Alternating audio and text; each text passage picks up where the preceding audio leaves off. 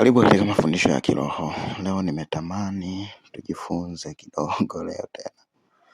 Iwe ni kwenye YouTube, usisahau kusubscribe. Iwe ni kwenye Facebook, usisahau kufollow. Iwe ni kwenye TikTok, usisahau kufollow pia. Leo nimetamani tujifunze kuhusiana na hii habari ya mapenzi na uhusiano wake na habari ya kiroho. Yaani uhusiano wa habari ya mapenzi, kiroho ikoje habari ya mapenzi. Basi leo tutajifunza hii habari kwa kina. Watu wengi huwa wanakuwa wanachanganya hii habari au wanakuwa wanaichukulia kiwepesi sana habari hii, na wengine hawaijali kabisa. Na wengine hawaijali kabisa. Habari hii ni nzito kabisa.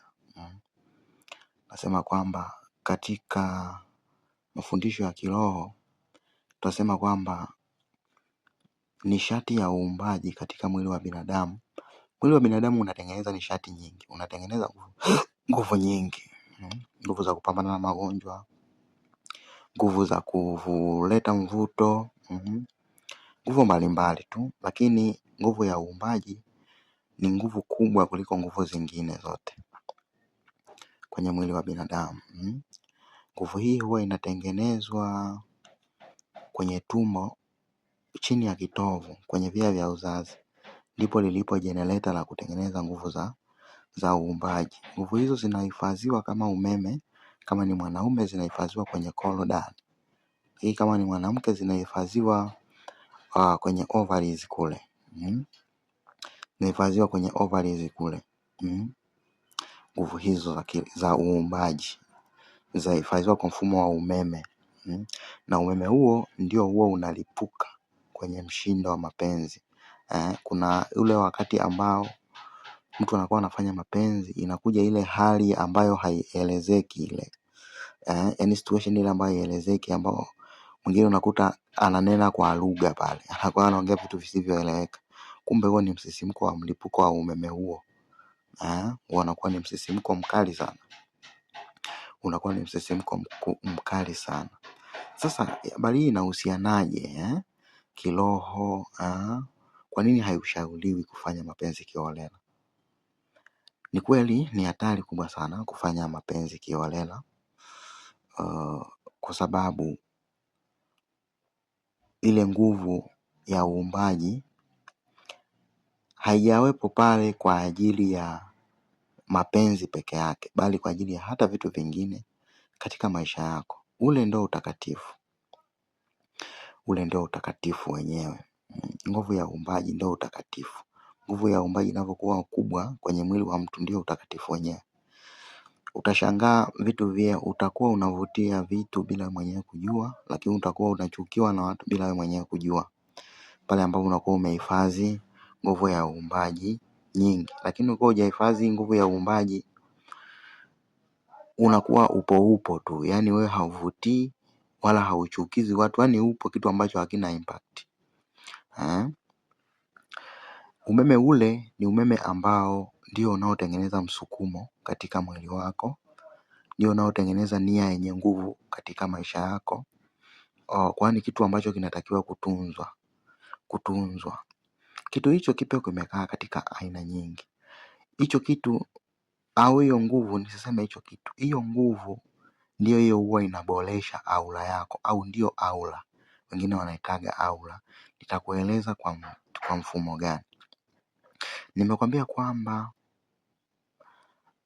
nguvu ya uumbaji inahifadhiwa kama umeme. Kama ni mwanaume kwenye korodani na kama ni mwanamke kwenye ovaries. Lakini nguvu hilo ukiwa unafanya mapenzi unakuwa inalipuka. Yaani inakuwa kama umefanya short circuit. Fikiria umechaji simu yako, kumbuka visimu vya zamani vya kutoa betri, alafu kapigisha betri yako short, huwa inapungua charge. Hivyo ndivyo jinsi ilivyo. Sasa mwili wa binadamu unakuwa unaendeshwa kwa mfumo wa umeme. Ndio maana tupo hai. Huu umeme, mzunguko wa umeme ukifa, basi hatuna uhai tena, ndio kufa. Kumbe popote ambapo kuna mzunguko wa umeme, popote ambapo kuna mkondo wa umeme, ni lazima uga wa sumaku utengenezeke. Lazima iwepo magnetic field. sehemu yoyote ambapo kuna mzunguko wa umeme ni lazima iwepo magnetic field inayozunguka mahali hapo. Ndio maana utakuta vipimo baadhi vya umeme wakitaka kupima kama umeme unapita kwenye waya au haupiti, wanachukua kile kikampasi ambacho kinaweza kudetect nguvu za usumaku. Kikicheza hivi basi wanajua huu waya una umeme. Kwa hiyo kumbe nguvu za usumaku ni nguvu ambazo hazionekani lakini zipo. Angalia sumaku. Sumaku inaweza kuvuta kitu. Yaani unaweza ukashika chuma huku na sumaku huku. Lakini pale katikati usipaone, lakini ukasikia chuma kinavutika kwenda kwenye sumaku. Ukaona chuma kinavutika kwenda kwenye sumaku. Huo ndio sumaku tunaozungumzia. Hiyo ndio aura. Kwa hiyo kiasi kikubwa cha umeme utakao kuwa nao ndivyo ambavyo aura yako itakuwa inaenea kwenye field kubwa. Ndio maana nasema ni magnetic field. Ninaposema field isikuchanganye. Hebu chukulia kama wifi. Zipo wifi ambazo inaweza ikawa inaenda hadi kwenye range ya hatua 10 au nyingine inaenda hadi kwenye range ya hatua 100. Zinatofautiana kidogo. Umeona? Kumbe hata nguvu zenyewe ndio hivyo hivyo. Ukiwa na umeme mkubwa, uga wa sumaku unakuwa unazunguka eneo kubwa kukuzunguka wewe. Ukiwa na umeme mdogo, unakuwa huna mvuto wala ushawishi wowote. Hiyo ndio aura. Ile magnetic field ndio ile aura. Ile ndio aura. Hiyo ndio inafanya mtu akupende bila yeye mwenyewe kujua, au mtu akuchukie bila sababu tu.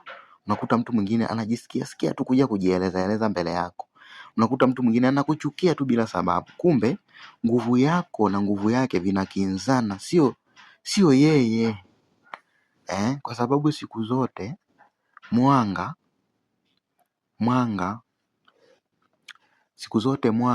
hauwezi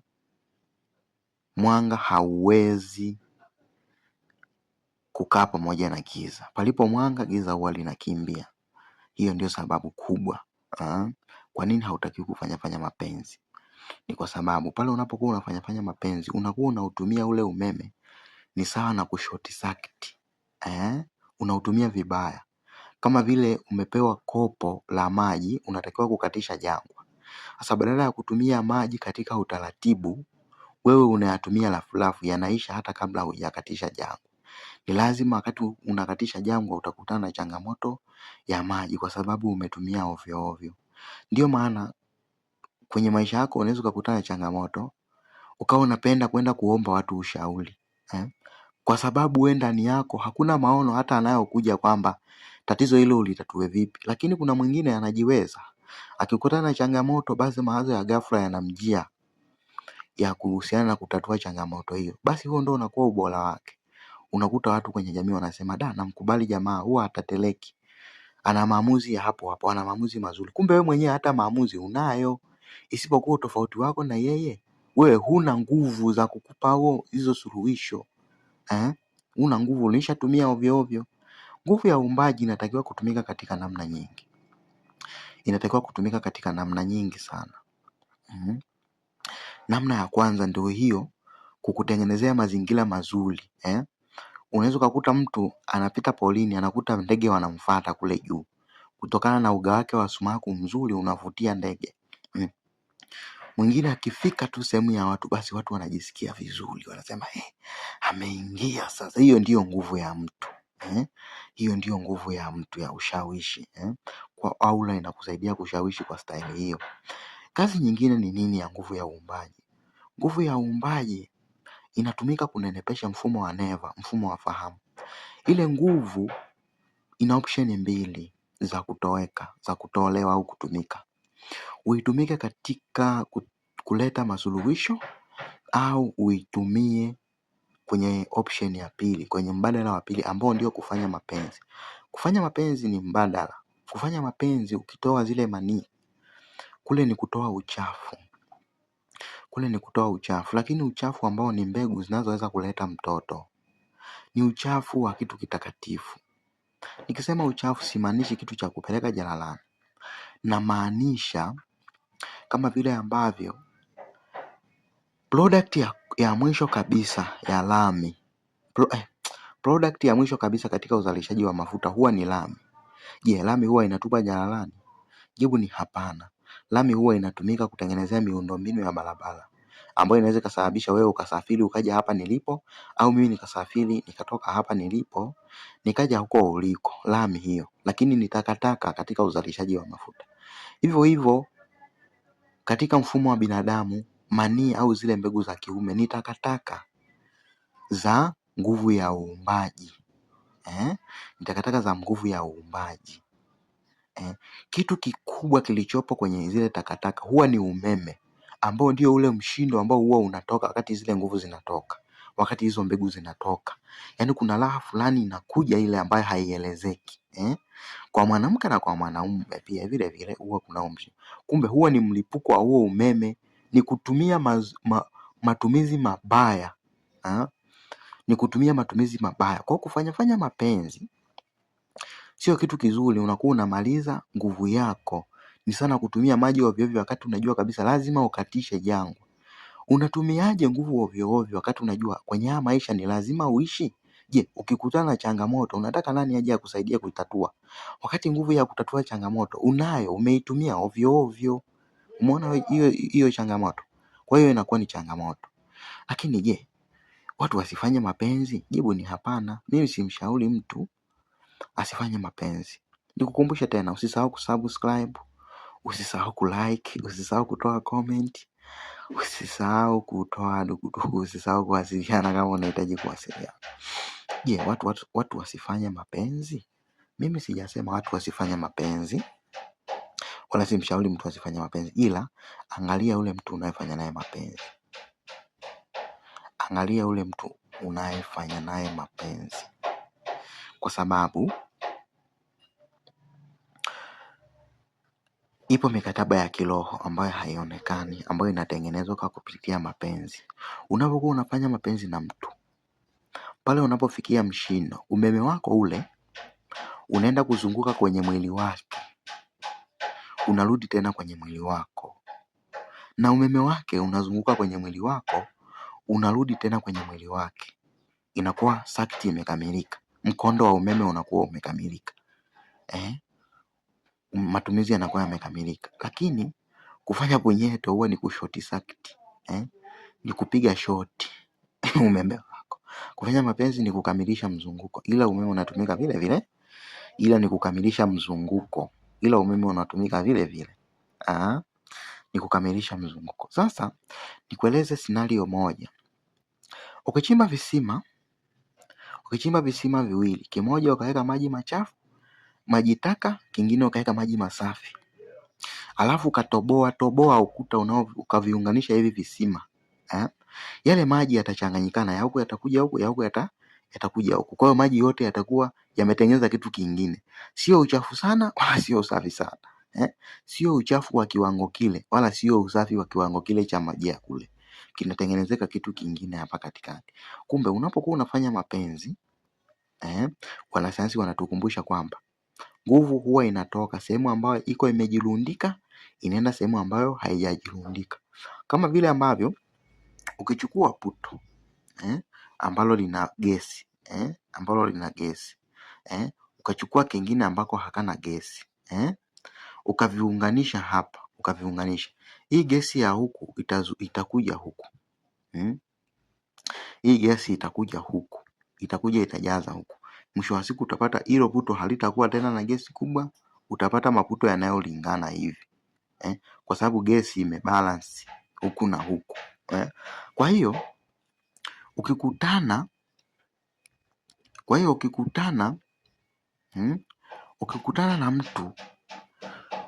na mtu kimahusiano, wakati unalala naye, inategemeana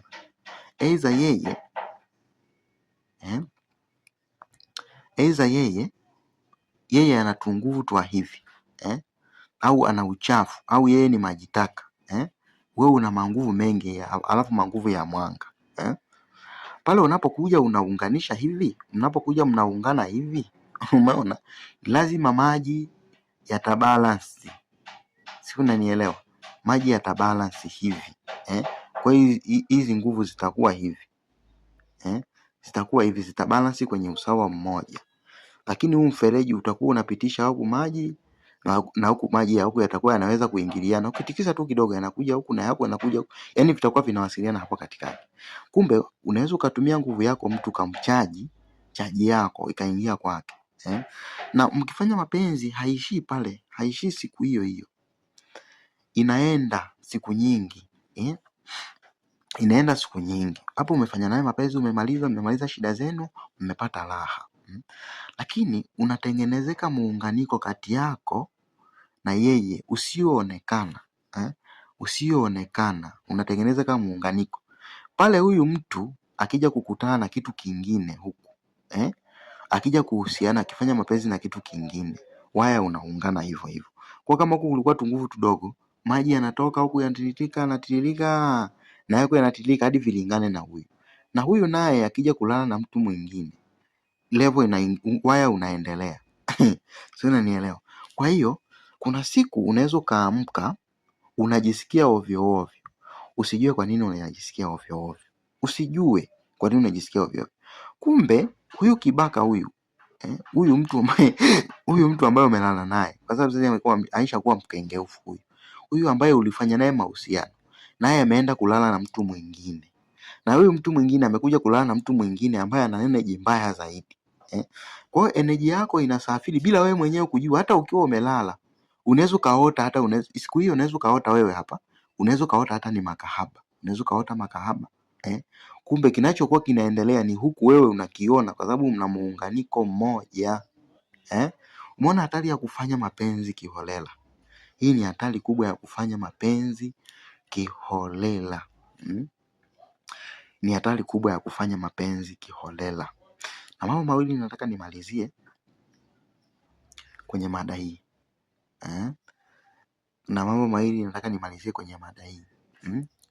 kwenye mada hii nifunge mada hii kwamba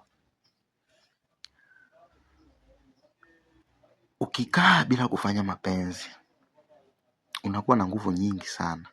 Watu wanakupenda bila kujua, utavuta watu bila kujua, watu watakusikiliza bila kujua, watashawishika tu, yani watakuwa wanajisikia vizuri hata kukutana na wewe, hata kuongea na wewe ukikaa muda mrefu bila kufanya mapenzi. Ukikaa muda mrefu bila kufanya mapenzi. Kwa nini inakuwa hivyo? Wakati ukiwa hujafanya mapenzi, sawa, unakuwa na tunguvu tu hivi. Huyu tunguvu tu hivi tunakuwa tunatengeneza nini? Tunakuwa tunatengeneza mzunguko wa kiusumaku kukuzunguka wewe. Unapokaa muda mrefu, huu umeme unakuwa unaongezeka. Umeme unakuwa unaongezeka. Ukiwa unaongezeka, uga sumaku unakuwa unazunguka hivi, unakuzunguka. Kadiri inavyoongezeka huku, uga wa sumaku unakuwa unakuzunguka wewe. Sasa fikiria mtu ambaye ni bikra, wa kiume au wa kike, anakuwa na nguvu kubwa kiasi gani? Anakuwa na nguvu nyingi. Aya, fikiria mtu ambaye ni mshangazi. Fikiria mtu ambaye ni mshangazi. Siku hizi hata watoto 2000 ni mishangazi tu. Ni mishangazi kwa sababu ishahusiana sana mapenzi. Umeona? Ishahusiana sana mapenzi. Kumbuka huyu kijana anakuwa na nguvu nyingi, lakini huyu kashatumia nguvu zake, kashazeeka. Umeona? Kwa huyu anapokuja kukutana na huyu kijana, umeona?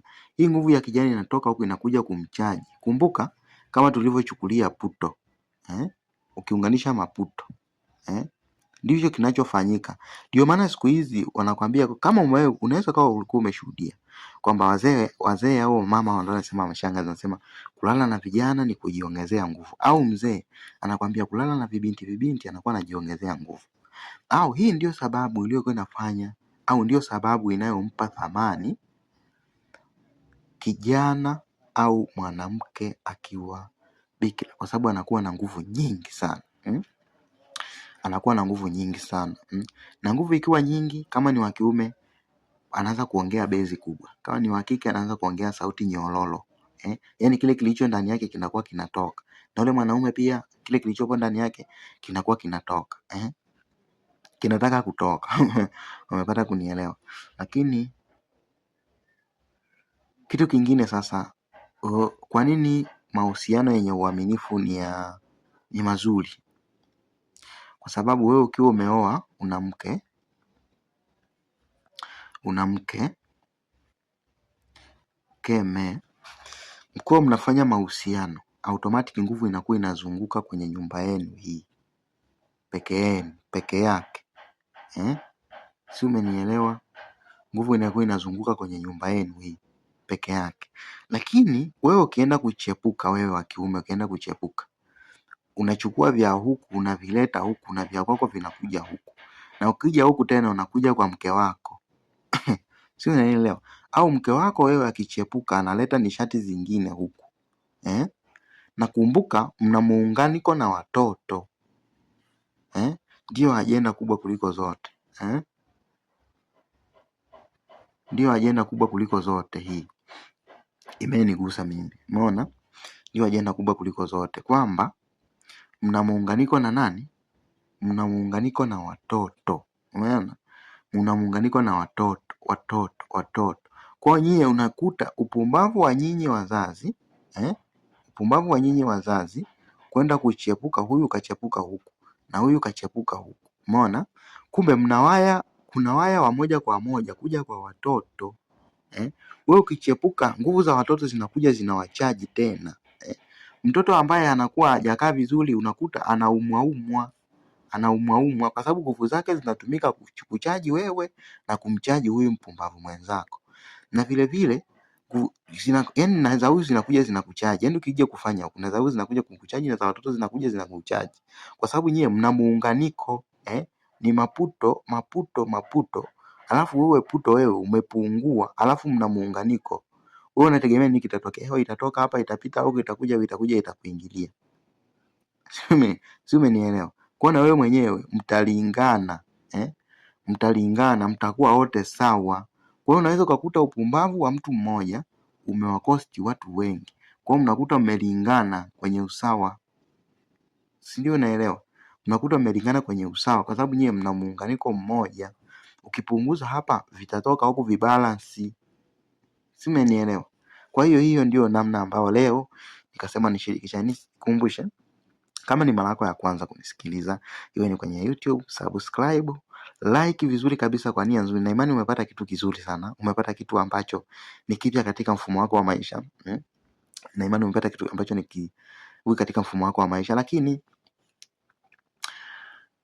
kama ni kwenye TikTok usisahau kufollow pia, kama ni kwenye Facebook usisahau kufollow pia, kwa sababu ni jambo jema. Namba ya mawasiliano, nataka nikuandikia hapa namba ya mawasiliano. Mimi ni mwalimu wa elimu za kiroho.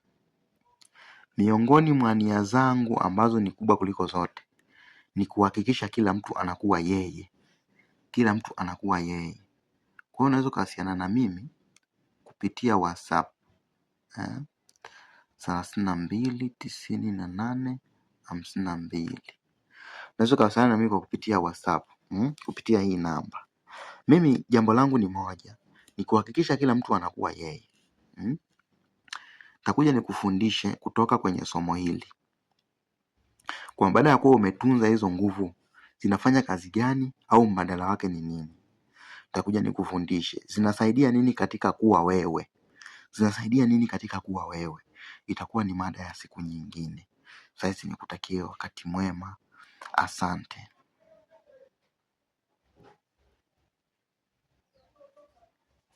Andika mafundisho mengi sana yatakayo kusaidia katika harakati mbalimbali za maisha kiujumla, kwa sababu maisha yetu au ulimwengu wetu ni ulimwengu wa nguvu zisizoonekana.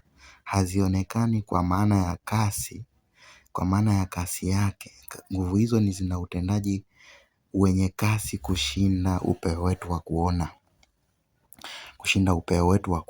Kwa hiyo ni zinafundisha, ni milango ya kuingilia kwenye ufahamu za kiroho.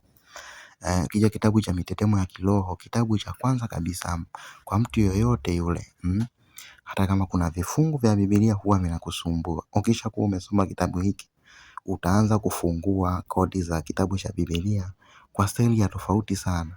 Hata kama umewahi kwenda kwa mganga, kuna kitu akakuelekeza, utapata kuelewa utendaji wa nishati za kiroho zote. Kitabu kinakusaidia kuelewa utendaji wa nishati za kiroho. Umepita mahali umesisimka, sijui unajihisi hauna mvuto, utaelewa kwa nini mvuto wako hauna, mvuto unatengenezekaje, mvuto ni nini, utaelewa kwa kina. Kitabu cha Mitetemo ya Kiroho.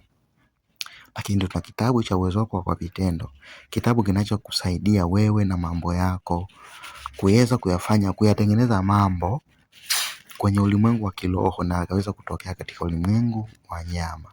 Lakini kitabu cha Diamuni ni kitabu kinachokupa mwongozo wa jambo gani ufanye lini, ni wakati gani dunia au ulimwengu umekufunguliwa nishati fulani za kukusaidia kufanya jambo fulani. Basi ndicho kitabu kinakuelezea. Tumeandika humu ndani, nimeandika vipindi 8 vya mwezi, kwamba katika vipindi hivyo kila kipindi kinachukua siku 2.5. Siku 2 kama naelekea siku 3, kinachukua siku 2.5. Kwa hiyo kunakuwa na nishati fulani zinakuwa zipo zinatiririka katika dunia hii.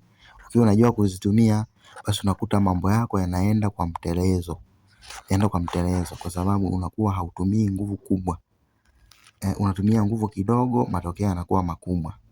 Karibu sana. Kitabu cha Uwezo Wako kwa Vitendo bado ni soft copy, shilingi 15,000 tu.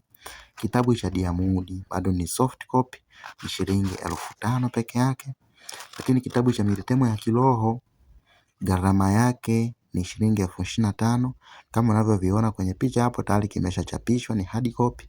Unapokuwa unakitaka, basi kinakufikia popote ulipo, kinakufikia popote ulipo. Karibu sana. Mawasiliano ndo hayo hapo yanayopita hapo chini. Asante.